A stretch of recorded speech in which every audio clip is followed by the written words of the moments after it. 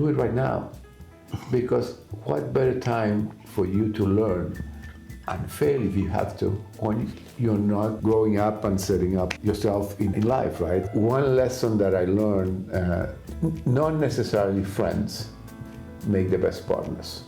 If there's going to be an issue in the partnership, certainly it will reflect on the friendship as well.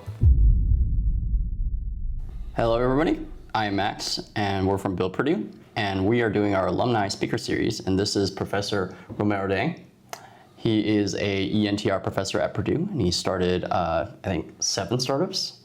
Welcome, Professor. Thank you so much. Glad to be here.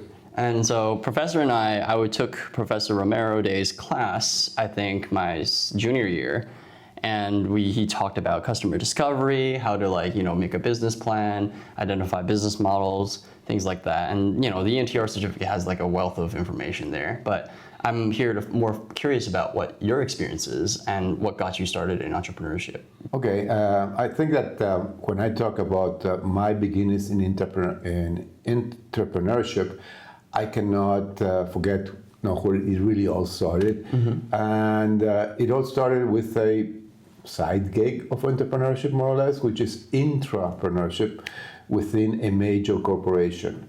I was having a very good career as a corporate executive, and they've asked me to start a business for them in a region of the world where they were not located. Mm-hmm. I just parachuted over there and I had everything to form from scratch. That's what actually gave me the taste for entrepreneurship, and what a couple of years later, even when I was at that company, I started my own business. Mm. And that was, I think, by far the largest idea that I had with a couple of partners, which was an aggregator of demand on non-essential for manufacturing inputs to any company, like office paper, toilet, whatever it might be. And we would be aggregating demand for small and medium companies, and therefore getting better prices from the suppliers. I thought it was a brilliant idea, because we failed because we were too darn slow in executing. Mm. None of us, there were 3 partners, none of us actually dedicated ourselves. Sorry, somebody doesn't realize I'm busy. We dedicated ourselves, none of us dedicated ourselves, because we had a full-time job, and we took forever to develop it. When we had it all set up, we had already a couple of venture capitalists interested in the idea. The internet bubble burst in the year 2000. And so nobody wanted to invest anymore. We were out of funds. We closed that idea, but it was not the proof that it was not a bad idea. It's that somebody picked it up. An OfficeNet, for example, made a multi-billion-dollar business out of it, right?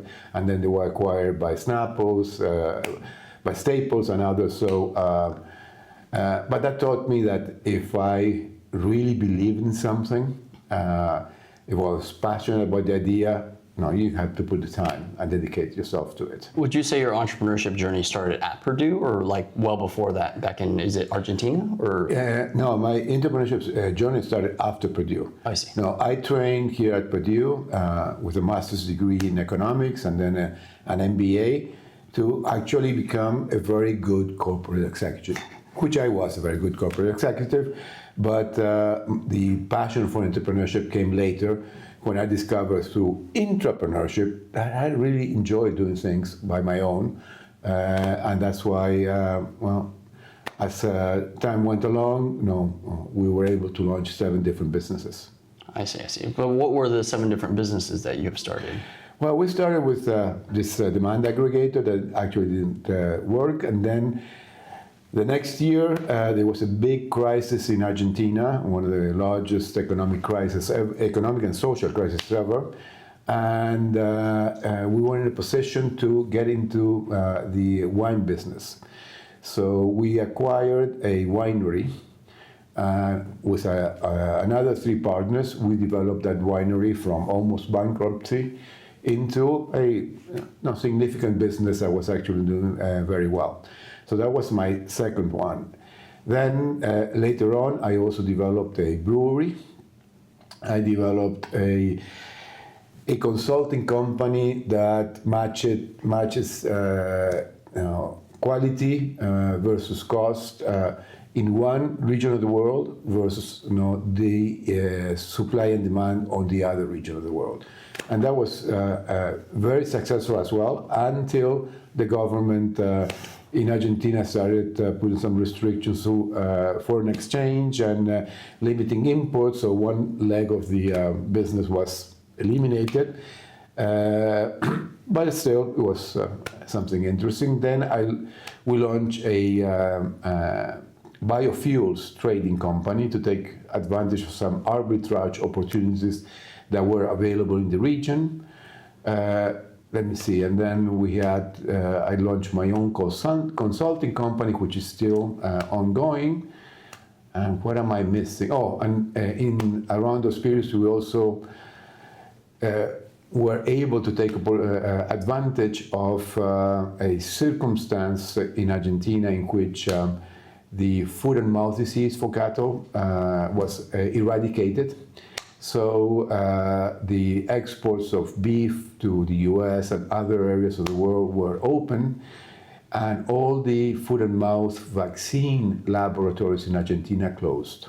3 years later, through Paraguay, the disease came back, and there were absolutely no labs in Argentina. So with some other partners, we formed a lab, we built a lab, and we were able to secure with who will be the largest customer, the co-op for cattle farmers, as a partner as well, a very important lab that today dominates the market in Argentina. And then a couple of years later, that was sold because it was beyond our means, and it was a great opportunity to cash in. So I see. And throughout all of these different companies, is it the same co-founders, or is it these different co-founders? There were different co-founders along the way.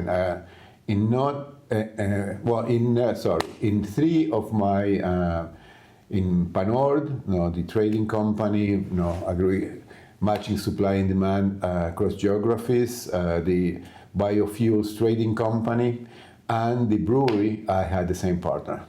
I see. But other than that, there were different partners. A funny story is I remember, I think when I was taking your class, you gave us a case study. And I think it was talking about something about business ethics with the biofuels. And I think in hindsight, I found out that was actually a lived example from your life.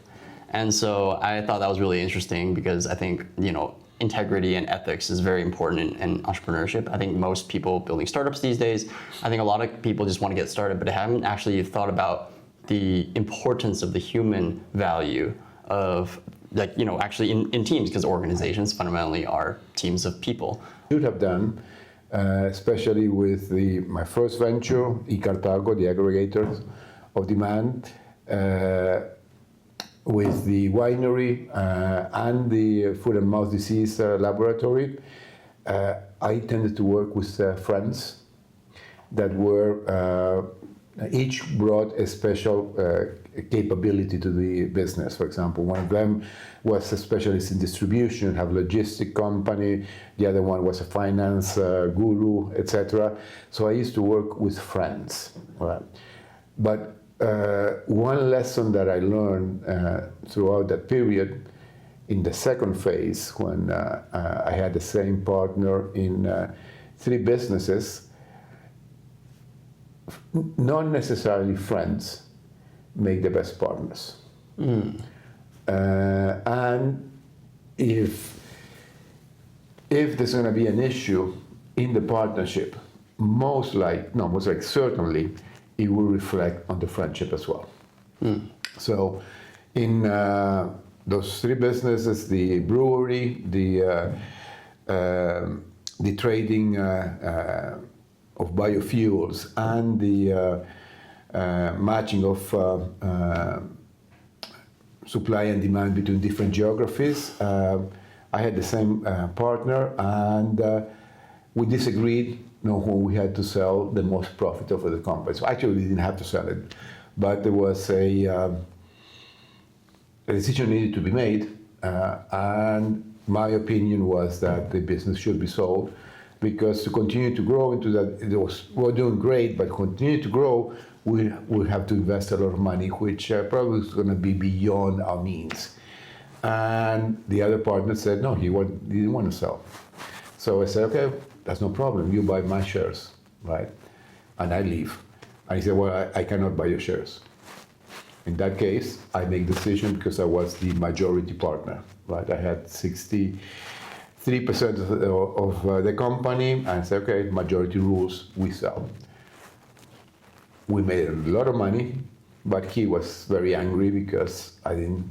So the friendship, after 30 years of being friends, we couldn't be friends anymore. Nice. So I would advise the founders or future founders to guide themselves not by the friendship, but by the capabilities that they need to complement them, right?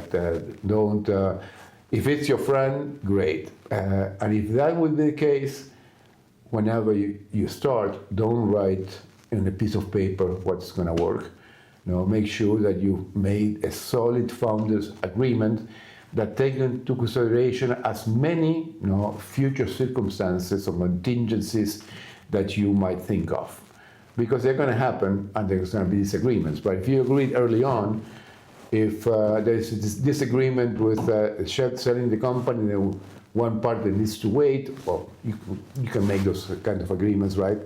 Then you don't compromise the friendship. So things like vesting agreements, the legal documents, it's best to get it out of the way in the beginning, right? And if it's a friend or a family member, you say, okay, but now if we get into an issue of disagreement, we'll sort it out later on. Yes. But that might not be the case. Yes. So it's so important to put it in writing right away. It is an important factor to consider that a lot of people say the couples that write prenups, right, are also the types of couples that communicate better in general. So I guess like a similar thing with founders, in a lot of people's experiences, might be better to just like write something down first and then like see how, rather than betting on like, oh, at that point in time, just praying that like the other person would come to see your side, which circumstances change. Yeah. So definitely. okay, so in your experience, definitely getting that out of the way first, and then then how would you say you select for qualities of like integrity or things like that? Because I mean, you've had experience with bad business partners. Yeah. Well, the business with the biodiesel business, the partner was a guy that had been a customer of mine on a previous, on the corporate side in the previous experiences. And we had fun together, going out, etc. And he was a little bit of, he would do some things that I would not do, right? But okay, if you're not on the same business, it's his problem, not yours, right? But when we were in the same business, and I noticed some shady stuff that would compromise, although I was very directly involved, I was indirectly involved, so I would get my reputation compromised. Mm-hmm. So that's why and I was making lots of money on that business, so it was a very difficult decision because there was no alternative other than staying and compromising my reputation, or going and foregoing all this almost easy money that I was making. What would you say were some of the red flags you saw in his early behavior that probably were connected to his unethical, shady business practices? Well, we had a commercial relationship on a different geography, in a different country, and I saw as a supplier to his business how he treated his suppliers and he treated his the tax authorities in terms of perhaps not doing exactly what the law says you should do, right? And although I think that laws and regulations sometimes are excessive, if you're in a business, you need to follow them. You can try to bend the rules within what's allowed, but breaking them and consistently eventually can get you into big trouble. So I observed that on a business, on a previous business, but when we were in the same business, since I was in one country and he was on another, and my business would be shipping product to his, perhaps I would be isolated from that because, however, when upon visiting his operation and we're discussing the future and seeing the things that he was doing, I knew that if that ever came to light, now, although I had nothing to do with that, I was supplying the product that was being adulterated, or that the taxes were not being paid, or that there was some graft involved, etc. So I said, no, I don't want to be even closely associated with anything like this. So then how did you manage to end that partnership with this person? I told him that I was out. We owned 50-50 the business in Argentina. So I said, I'm out. I'm offering you my shares at a very significant reduction of what they're really worth, but I'm out immediately. So he acquired my shares. I already made up in terms of the profit that we did for the almost 2 years that the business was ongoing. No, it had been extremely profitable, so I didn't lose anything by. Interesting. So you managed to you walked away from. Yes. But so you did get a paycheck from that, a big paycheck. I got a paycheck from them. I had already made up for everything that I had invested in the company before. I got a paycheck and I moved out. Interesting, because most people in that situation might think like, oh, I could maybe to push this further out and make more money, right? What went through your mind when you just said like, okay, I'm just going to be out. I'm going to pull the plug on this. It might hurt me in the short term, but long term. Yeah, in the short term, about the. I don't recall exactly, but let's say that I was making 100 a month, right? Mm-hmm. By foregoing the business, I went from 100 to 20, right? So it was painful in terms of the regular monthly income. Mm-hmm. I immediately started something else, so that was not a big issue. But no, it was a couple of months. But I had made my money.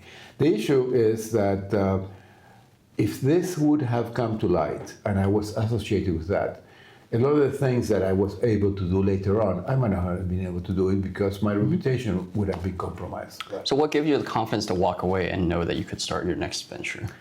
Well, for one, I was, in terms of what I had made on that business and on previous business, I was well off. I mean, neither myself nor my family were going to go hungry. So that was not a consideration. The other one, I've always felt very confident about myself. I knew that if I wanted to go back to the corporate world, there was going to be a place for me over there. If I wanted to start another business, it would take some time to develop, right, until I would have some regular cash inflows. I could certainly withstand that time period as well. So. I see. So that makes sense. It's interesting because you had the confidence to walk away from something and you thought it through, and then you decided that like, okay, I'd rather him have it instead of like, why didn't you just acquire his shares? Or maybe you just like figure it out a different way of removing them. Would you say that like your family circumstances, financial circumstances was a big part in determining why you are able to just walk out? Like, let's say if you're, financially more like strained situation, would you have been able to walk out so easily? I think I would have. I would like to think, right? Because I mean, it's something that did not happen. So, but I would like to think that I would have walked away anyhow.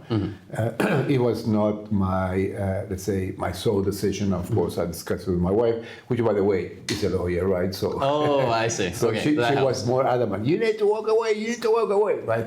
So let's say that if our financial situation had not been what it was, I would like to think I would have walked away anyhow. Because even what you mentioned right now, me acquiring his shares, which would have been a possibility, the arbitrage opportunity was not in Argentina. It was where he was at. So I would still be dependent on shipping product to his business, right? So let's say the association with what was going on over there, I would still be liable to suffer that. I see. So I would like to think I would have walked away. Who knows? I see. Oh, I was just curious, like after across all of these 6, 7 different businesses you've started, I mean, you've seen the various trends happen in the last like 50, 60 years. What would you say is different about this big trend, AI, and how the businesses are going to be started? Is there common things that the founders should focus on, or are there certain like differences in how these businesses are built compared to how it was done in your time, or in my dad's generation, right, as well? Well, that's an interesting question because a lot of that's still being developed, right? I think that in this day and age, things, let's say, the tools out there to develop things are a lot more efficient, a lot quicker. You can do things at a speed that we couldn't do it back then, right? So I believe that everything these days will have some kind of AI involved to a certain extent. So if I were to start a business again, which is not a possibility right now, but I would have to catch up with a lot of stuff that has happened over the last, especially the last 3 or 4 years, right? And what is coming, which is even more mind-boggling. So when I look at the students in my class and I see them developing projects and I see some of them already with their own startups and moving along, and I see the speed with which they're getting to things, I'm just amazed. I'm super excited about the future of entrepreneurship, especially. Because in many ways, a lot of these tools are going to level the playing field versus big organizations. So versus what comes in terms of innovation from let's say, the big labs, corporate settings, or whatever. And that's going to be very positive for society as a whole. What would you say were your biggest strengths in terms of that allowed you to start your businesses that you had that were unique to you? Well, I think that I was always a very well organized individual that planned ahead. I was able to see trends and how they might impact on society and the business, so I could see gaps that we could exploit. And I've always been very fast-paced in everything I've done. So in terms of executing, I was probably, at least in the business, both in the corporate world and on the entrepreneurial world, I was one of the best executors. In the corporate world, whenever there was a fire somewhere, something needs to be done and resolved, so hey, is Jorge available to get this resolved? The same thing translated into entrepreneurship. However, that does not comprise all of the capabilities that you need to develop. The other thing that I think I did reasonably well is I identify the talent that complemented what I could bring to the table. Mm-hmm. So how would you say you would build your teams and systems in an organization? Let's say, would you hire people based on what complements you, or would you say you want to do it in a way that maybe when you step back or you move in a different role, it could still sustain itself? How would you navigate that? Are you referring to the both corporate and entrepreneurial, or just entrepreneurial? What's the differences between the two? Again, that's a better way. The entrepreneurial one is you need a different type of individual. Mm-hmm. Okay. One that can work by himself with a lot less resources that you have from the corporate world. Okay, so I would look for entrepreneurial traits for the entrepreneurial environment, which means that the same guy that's going to be bringing marketing, perhaps someday he will have to help with finance or with procurement. Okay. Especially early on a startup. Now, we're going to be very few people doing a lot of different things. In the corporate world, I look more specific individuals that can attend to a need, right? Because you have a structure for everything else that goes around it. So I have brought some people from the corporate world into the entrepreneurial world, and they didn't do well, right? Because it was too fast-paced. They had to do things that they didn't feel comfortable with, and the same thing happens with if you do the other way around. The other day we had one of the first alumni of the Certificate of Entrepreneurship here at Purdue. He was back here and we went for dinner. And he, because of the way that he's developed his businesses, a big corporation asked him to come and become the chief innovator within the big corporation. And he was sort of considering it. And he asked me for my advice. And I said, be careful. Because it's a corporate environment. It's a corporate environment. You're going to have a lot of rules and restrictions. Your playing field is going to be very defined, right? And what marks the one of the characteristics of entrepreneurship is that the entrepreneur will define what is his playing field, right? And will stretch it as much as he wants while he's being successful or not. In the corporate world, your playing field is defined, right? If you're going to be a successful entrepreneur, you will have to learn how to stretch that playing field. But it's not that you will be able to stretch it beyond imagination because of the rules that you're going to have surrounding you. I see. So then what would you say to, I guess, younger entrepreneurs? Would you say experience beats getting started early? Or would you, because some people argue I should go get a job first at a big company and then get some experience working at Google or Amazon and then leave to then go start a startup. Or would you, but then some other people like me, I just want to go straight into starting my startup. And then, because I think I heard in San Francisco, Y Combinator, I was actually at an event, some of the people there said, actually, if you go into the corporate world, you have to actually unlearn some of your bad habits when you're starting a startup. And so some of the people there who are serial entrepreneurs, who started many software companies, they actually just built an engine and experience specifically for starting multiple companies, identify a problem, build a product, scale, and then sell, and then like repeat. And I've seen people do it that way, and then I've seen other people who do it the other way, and they're both can be successful. But how would you know which is better for the person who's making that decision? I think that I'll start with the person, right? Mm-hmm. And we are going to be also very different persons. Yes. Right? And with also very different characteristics. So there's not going to be an answer that one size fits all. Okay. So and I think some very good arguments for both routes. Just get a job, get some experience, and then if you find something you're passionate about, then you can become an entrepreneur.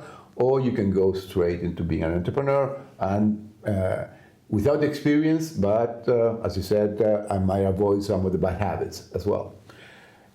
There's good arguments for both, but I would take it back to the person. What is it that you feel, right? If I see my trajectory and I go back in time, I think that I had over 10 years of work experience by the time I became an intrapreneur. Mm-hmm. Okay, and that's when I learned that I liked that kind of independence about what I developed. However, a lot of the learnings that I had, the experience, the customer focus, the ability to identify opportunities and gaps that I could exploit, I brought that from my corporate experience. Okay? I refined it and adapted it to my entrepreneurial ventures, but that learning curve on my own, I don't know whether it might have taken another 10 years, right? As an entrepreneur, maybe a couple more failures, which fortunately I've only had one failure as an entrepreneur, right? So there's good arguments for both, but one of the arguments that I like the best, it's not mine. It's I don't know if when we had you were in the introductory course. One of the projects was the special credit project was to watch the interview from Olga Mashilkova, which is just a venture capitalist and a podcaster. And she specializes in Brazilian companies, startups, and especially in the fintech area, which Brazil is one of the hubs for the world. And in the interview for the students, they're asking something similar. And she said her advice is do it right now. Because what better time for you to learn and fail if you have to is now, when you're not so loaded with commitments, children, wives, dogs, houses, mortgages, everything that comes along with growing up and setting up yourself in life, right? So I think her advice is true. I mean, if I would go back in time, I probably would start earlier than I did.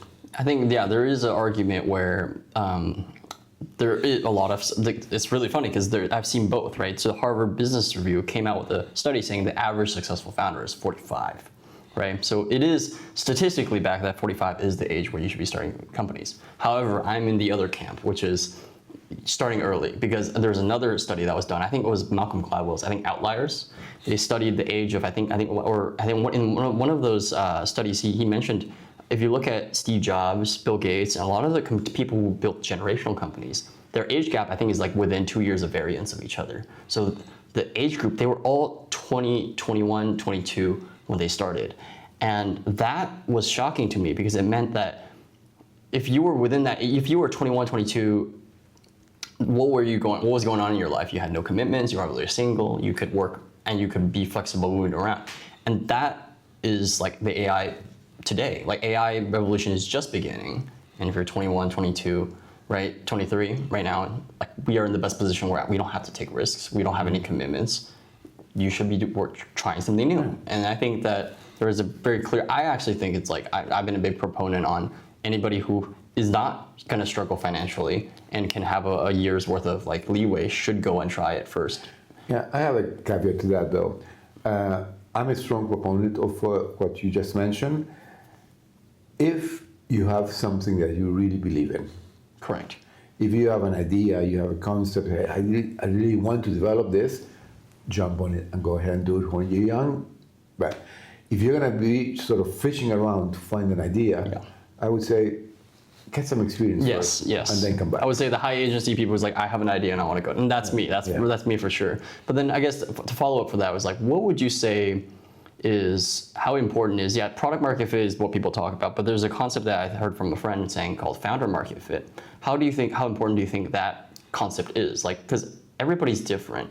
And I think I had an argument where I had a team, they were working on a language learning game, but no one on the team spoke a second language. And then that was like for a hackathon project. And I think they wanted to turn it into a startup. And then I thought to myself, like, I was working on a project and my team and I were like, we were also exploring a language learning game. We already had a massive advantage over them. And I had more, when I was having a conversation with them, we had more insights into the problem because I spoke a second language. My co-founder spoke a second language. And people in my team also spoke a second language. So we had a better understanding of like the more specific nuances of like the execution and why certain things would work and certain things wouldn't work.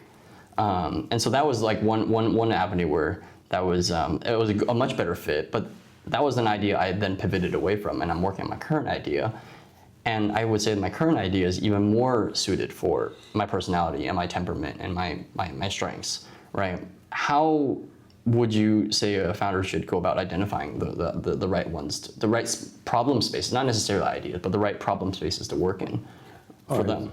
It's I think it goes back to very simply a concept is, what are you really interested in? What is the things that you like, right? If you're going to find an opportunity in something that's very way and distant from what your preferences, the lifestyle, what interests you as a hobby or whatever, I don't know whether you're going to be that successful, right? Mm-hmm. But if you, I'll give you my example.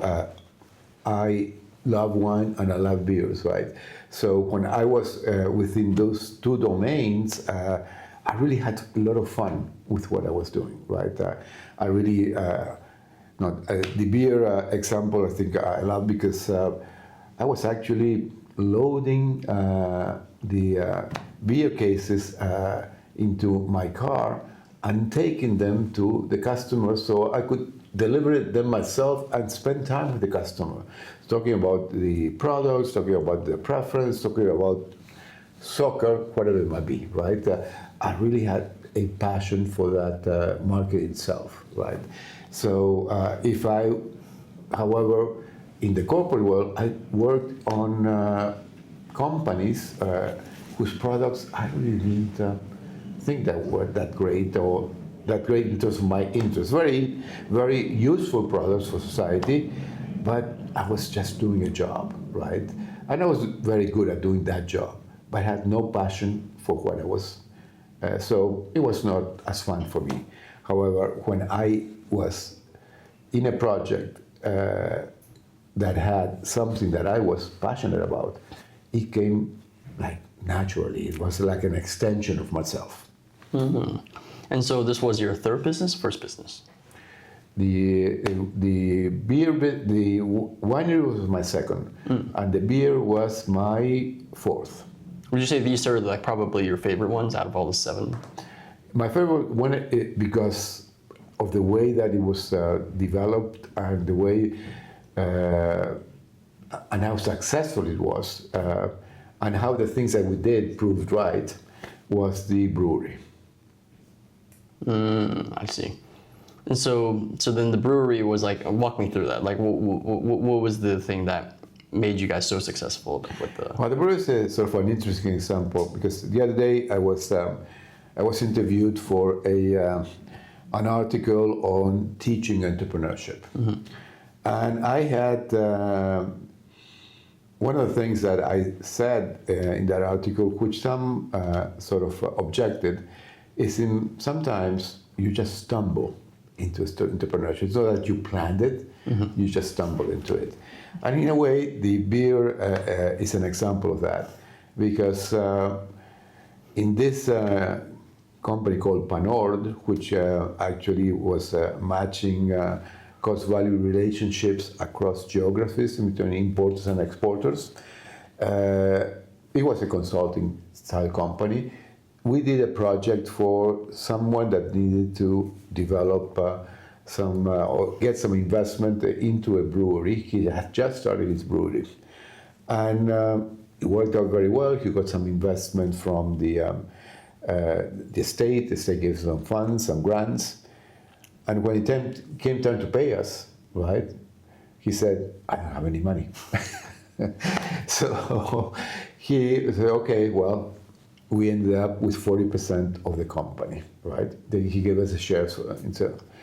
And then this guy actually had a nervous breakdown, so he left altogether. So we actually were the owners 100% of the company. So we stumbled into it.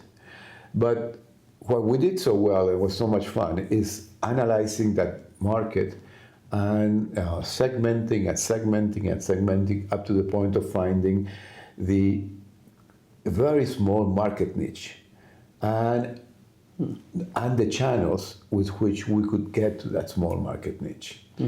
And we brought a product to that market niche that met a need that was not being filled before.